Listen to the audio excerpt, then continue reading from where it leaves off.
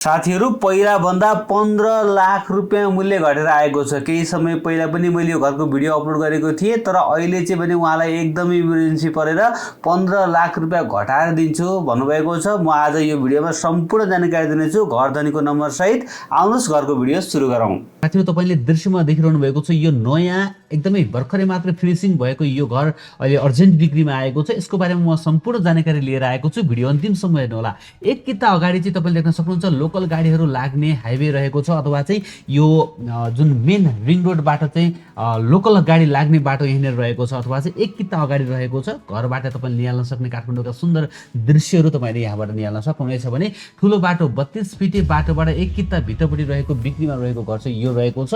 म आज यस घरको बारेमा सम्पूर्ण जानकारी लिएर आएको छु। घर धनीको सम्पर्क नम्बर, यो घरका मूल्यदेखि लिएर सबै कुरा तपाईले थाहा पाउनुहुनेछ। भिडियो अन्तिमसम्म हेर्नु होला। यदि तपाईहरु पनि आफ्नो घर जग्गा बेच्न चाहनुहुन्छ भने तल देखेको नम्बरमा फोन गरेर हामीलाई बोलाउनु होला। हामी आएर तपाईको घर जग्गाको विज्ञापन गरेर यसैगरी बेच्नको लागि सहायता गर्नेछौँ। साथीहरु तपाईले हेर्नुस् त ढलान बाटोमा रहेको छ। 10 फिटको ढलान बाटोमा रहेको छ भनेदेखि एउटा गाडी राख्नको लागि मज्जाको पार्किङ तपाईले यहाँनिर देख्न सक्नुहुन्छ। एकदमै स्ट्यान्डर्ड खालको घर रहेको छ। एकदमै नयाँ डिजाइनको नयाँ आकर्षक खालको रहेको छ भने पुरै घरको माथि पुरै फल सिलिङहरू रहेको छ भने मास्टर बेडरुम सहितको एकदमै आकर्षक घर रहेको छ साथीहरु। र बाहिरपट्टिबाट हेर्दाखेरि यसको सो पनि एकदमै आकर्षक खालको तपाईले देख्न सक्नुहुनेछ।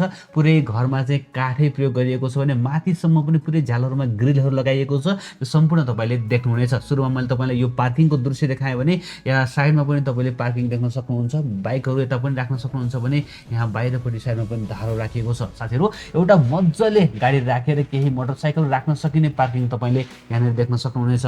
र यतापट्टि यो पहिलो तलाको चाहिँ मैले दृश्य देखाउन चाहेन साथीहरु, किनभने यो पहिलो तला चाहिँ अहिले रेन्टमा गएको छ। 4वटा कोठा रहेको छ र यो चाहिँ अहिले रेन्टमा गएको छ। त्यही भएर मैले यो फ्लोरको चाहिँ दृश्य देखाइन। रिजर्भ ट्याङ्क यहाँनिर रहेको छ भनेदेखि पछाडिपट्टि साइडमा यहाँनिर चाहिँ तुलसीको मठ यहाँनिर राखिएको छ साथीहरु। यहाँनिर पनि स्पेस रहेको जानकारी गराएँ। यहाँनिर तपाईले गेट देख्न सक्नुहुन्छ। अब म यहाँबाट भित्र छिर्छु।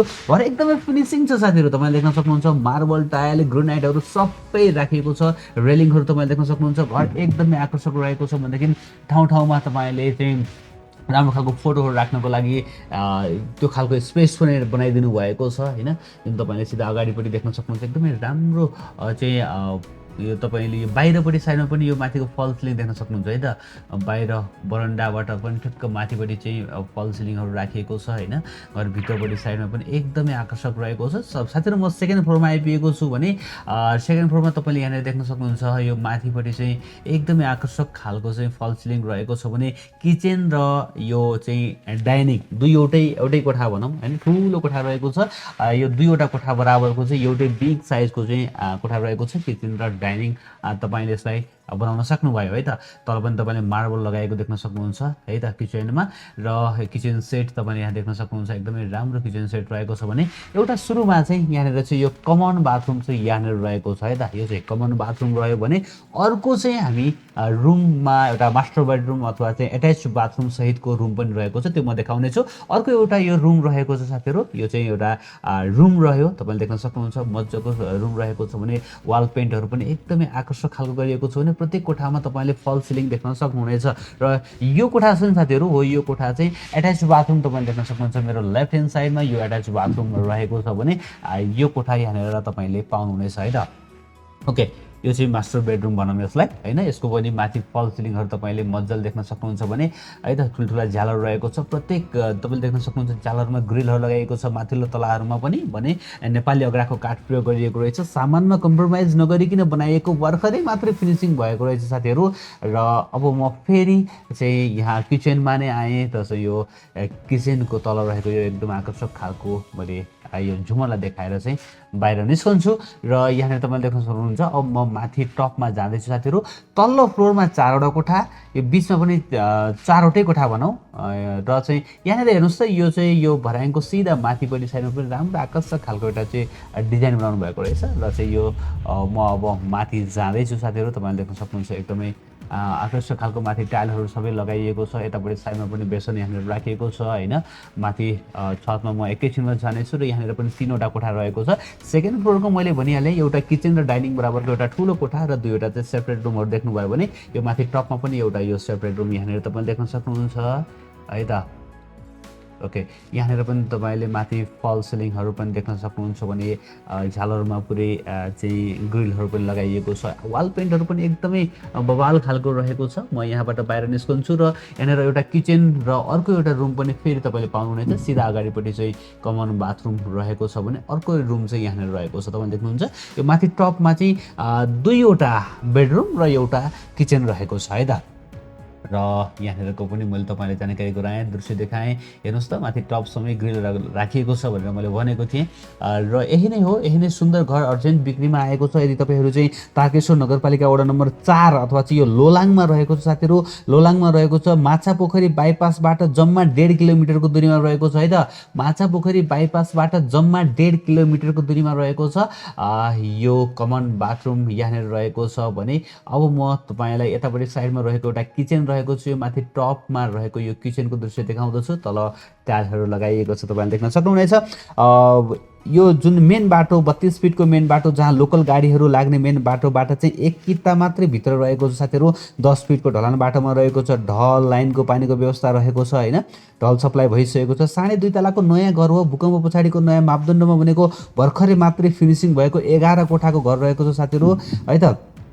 यो चाहिँ 3.5 आना क्षेत्रफलमा बनेको घर हो है साथीहरू। 3.5 आना क्षेत्रफलमा बनेको घर हो, नयाँ मापदण्डको घर हो, नयाँ डिजाइनको रहेको छ। एकदमै आकर्षक खालका फल सिलिङहरू, मास्टर बेडरुमहरू, सोलर पनि रहेको छ। माथि म तपाईँलाई देखाउने छु वाटर ट्रिटमेन्ट पनि रहेको छ होइन। एउटा गाडी राखेर केही बाइकहरू मजाले तपाईँले पार्किङ गर्न सक्नुहुन्छ। एकदमै फुल फिनिसिङ घर चाहिँ बिक्रीमा रहेको छ र यो घर एकदमै अर्जेन्ट बिक्रीमा आएको छ होइन। र तपाईँको जग्गा छ भने जग्गासँग सट्टापट्टा पनि गर्न सकिन्छ है साथीहरू। तपाईँको जग्गा छ र जग्गा दिएर यो घर लिन चाहनुहुन्छ भने तपाईँले चाहिँ आपसी मूल्याङ्कनबाट चाहिँ जग्गासँग सट्टापट्टा पनि गर्ने सुविधा रहेको छ। र म टपमा अथवा छतमा आइपुगेको छु, तपाईँले देख्न सक्नुहुनेछ।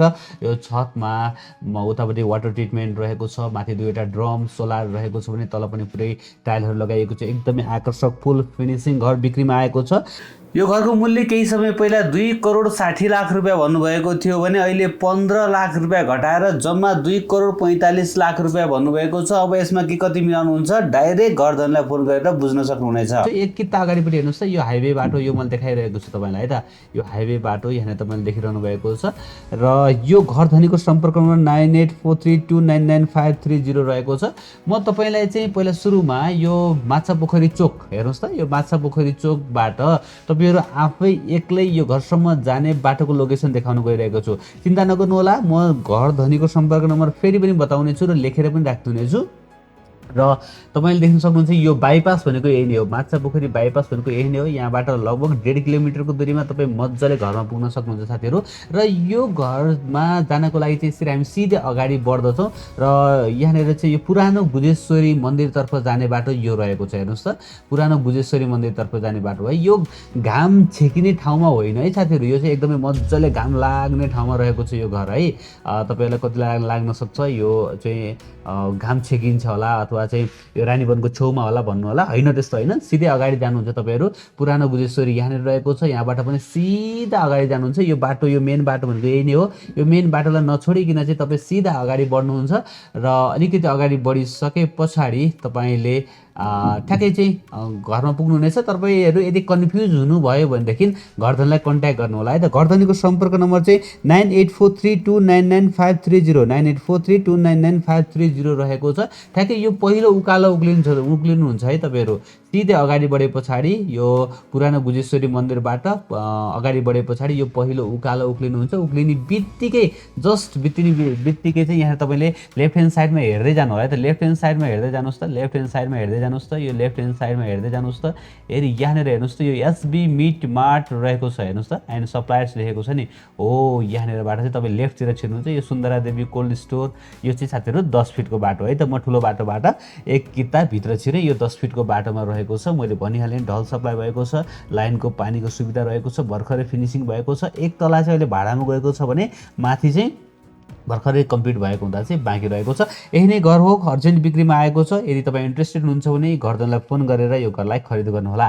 साथीहरू, आजको घर तपाईँलाई कस्तो लाग्यो? आशा छ पक्कै पनि मन पर्यो होला। मन पर्यो भने एक लाइक गरिदिनु होला। नयाँ साथीले च्यानललाई सब्सक्राइब गर्नुहोला। यदि तपाईँ पनि आफ्नो घर जग्गा बेच्न चाहनुहुन्छ भने तल देखिएको नम्बरमा फोन गरेर हामीलाई बोलाउन सक्नुहुन्छ। हामी आएर तपाईँको घर जग्गाको भिडियो बनाएर यसै गरी बेच्नको लागि सहायता गर्नेछौँ। हस् त, भोलि बिहान नयाँ घर जग्गाको भिडियोको साथमा आउनेछु। तबसम्मको लागि मलाई बिदा दिनुहोस्। नमस्ते, शुभ दिन।